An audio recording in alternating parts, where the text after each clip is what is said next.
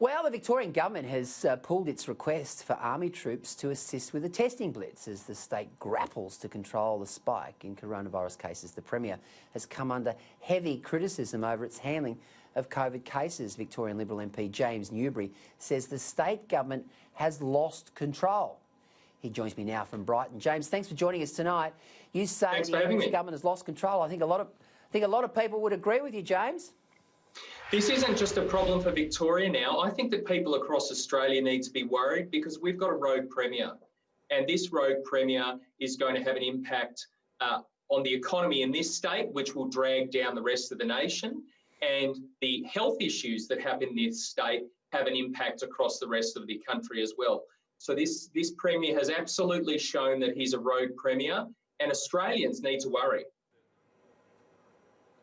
Oh, absolutely. I mean, we're seeing now the Queensland Premier who's absolutely blinking at the prospect of reopening the borders, which was set for July 10. I mean, the poor tourism operators in Queensland, the theme parks and so forth, and I'll talk about that a bit later in the show, but they're all, exasperated, frustrated, just concerned at the fact that they can't open their doors and have people from other states coming through. And, of course, this now places a huge question mark over the ongoing health narrative in this country because, I've spoken to Brad Hazzard and we've got an interview with him coming up very shortly, and he is particularly concerned at this happening in New South Wales and the community transmission emanating from your state.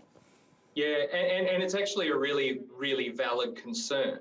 And it's something that I think the National Cabinet needs to consider. The decision today for the Premier to pull away from asking for help from the ADF is the most extraordinary thing we've seen. It just shows that the government has completely lost control. The state is spiralling out of control, and the National Cabinet is going to have to consider Victoria almost as a rogue state because we've certainly got a rogue Premier, and that's really, really worrying, as you say, for other states. I think it boils down to the Premier deciding to go for an elimination strategy here instead of the national consensus, which was for a suppression strategy. And it hasn't worked. He won't admit it. He's blaming families. He's blaming multicultural groups, but we know it hasn't worked. But, James, the irony here is breathtaking when you consider that Andrews was the most draconian of all the rules, and 4 times the amount of fines on Victorians as in New South Wales, 3 times the amount of fines in Victoria as in Queensland. So he went hard. He understood the health implications and then somehow let it all get away. But you know what that says? It says that Victorians gave him our total trust. When this first started, Victorians did the right thing. They shut their businesses. I mean, businesses are going broke. People are out of jobs. We are going to suffer a deeper recession in this state than any other place. We gave him our trust. And then he let 10,000 people protest and gave them a wink and a nudge. Everybody else got to see their mum for Mother's Day, but not in this state. So is it a surprise that some people want to hug their mum when the restrictions are lifted? Daniel Andrews lost the trust of Victorians. That's the difference here. They gave him their total trust. He went too hard. He made decisions like giving a wink and a nudge to a rally of 10,000 people. If your business is going broke, if you're in a regional area who hasn't had a COVID case at all, and your business is going broke, and your Premier then says, it's all right for those 10,000 people, they can go and have a big, protest in the middle of the street. Of course you're going to lose faith in him. And it just goes to show we've got a rogue Premier. I think it's now a national problem. I think it's a really big national problem, and I think the National Cabinet needs to get involved. I think you're right, and I think you're right that Andrews is a rogue Premier because I think the mood changed. There was a palpable change in the mood in Victoria and in Queensland for that matter after the protests from a couple of weeks ago. That was when people said, you know what, if these guys are going to allow these sorts of protests to go ahead, as you say, with a wink and a nudge, well, it's open slather. It's free for all. Let's go back to normal. And the messaging that came out of that particular weekend, I think was the straw that broke the camel's back, certainly in Victoria.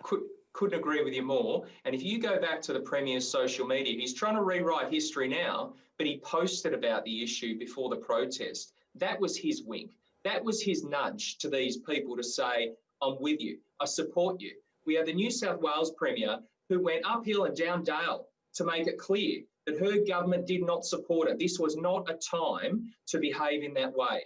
And I go back to the small businesses. I mean, I meet with small businesses. I met with a small businessman who cried on my shoulder because his business is going broke, and he looked me in the eye and said, how is it these people can protest?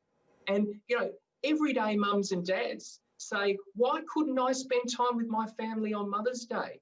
So I think Victorians put their whole faith in this Premier, this rogue Premier, and now they've said, enough's enough. And what did he do on Saturday? How did he deal with that? He said, families are to blame. And if you don't do what I say, I'm going to come to your door with my jack boots on and I'm going to fine you.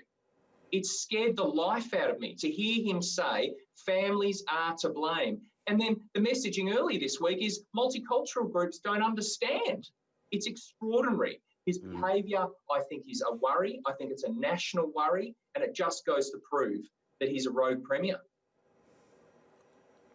He's got a fair bit on his plate at the moment too, hasn't he, James, with this branch stacking stuff, which I'm sure is keeping him awake at night. Just before we go, where does this leave Victoria in relation to the AFL? Because, you know, I'm assuming that some travel restrictions will now apply.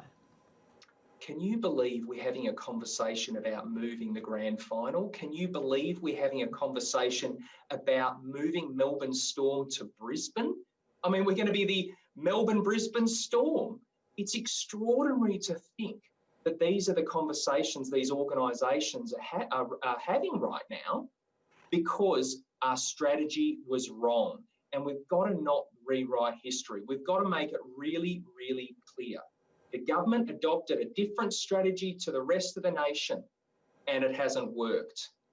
That's meant, you know, the grand final might be, we don't know in 2 weeks, are there going to be further lockdowns? Are kids going to go back to school after school holidays? I mean, we thought we were opening up, and last weekend he locked us back up again. Do we know that schools might not have to be locked up again? I mean, I think we're on the precipice, and it's really worrying for this nation. Yeah, I think the golfers will be very concerned as well because they seem to be the ones that he goes after the most. All right, James Newbury, thanks for joining us tonight. Really appreciate your time. Thanks for your time.